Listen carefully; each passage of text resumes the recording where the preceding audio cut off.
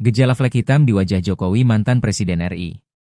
Kesehatan Jokowi menjadi perhatian setelah penampakan flek hitam di wajah dan lehernya. Kondisi Jokowi sontak menarik perhatian berbagai pihak. Potongan video wawancara itu pun dibagikan ulang di berbagai platform media sosial. Salah satunya oleh Dr. Tifa, yang selama ini dikenal vokal mempertanyakan keabsahan ijazah Jokowi. Dr. Tifa menduga Jokowi terkena autoimun atau hiperkortisolisme. Kini terungkap kondisi kesehatan Jokowi yang sebenarnya hingga penyebab muncul flek hitam di wajah. Rupanya Jokowi menderita alergi kulit dan kini dalam tahap penyembuhan.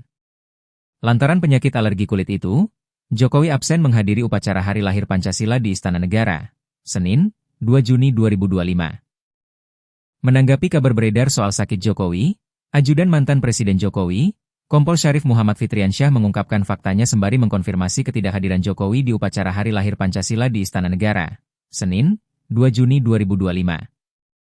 Betul, tidak hadir.